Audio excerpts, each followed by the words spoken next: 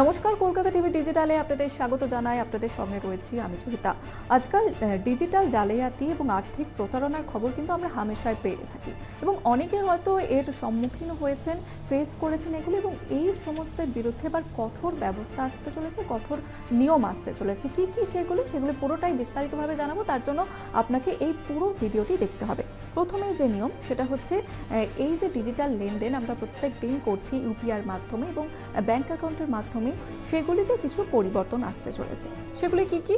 Cyber জালিয়াতি রুখতে স্বরাষ্ট্র মন্ত্রকের পরামর্শে সুরক্ষা কবচ তৈরি করা হয়েছে এবং সেক্ষেত্রে বেশ কয়েকটি খুব গুরুত্বপূর্ণ পরিবর্তন আনা হয়েছে, যেগুলি হচ্ছে বায়োমেট্রিক এবং সেখানে যেমনটা বলা হয়েছে যে এখন থেকে লেনদেনের সময় পিন দেওয়ার পাশাপাশি আঙুলের ছাপ এবং ফেস আইডি কিন্তু দিতে হবে।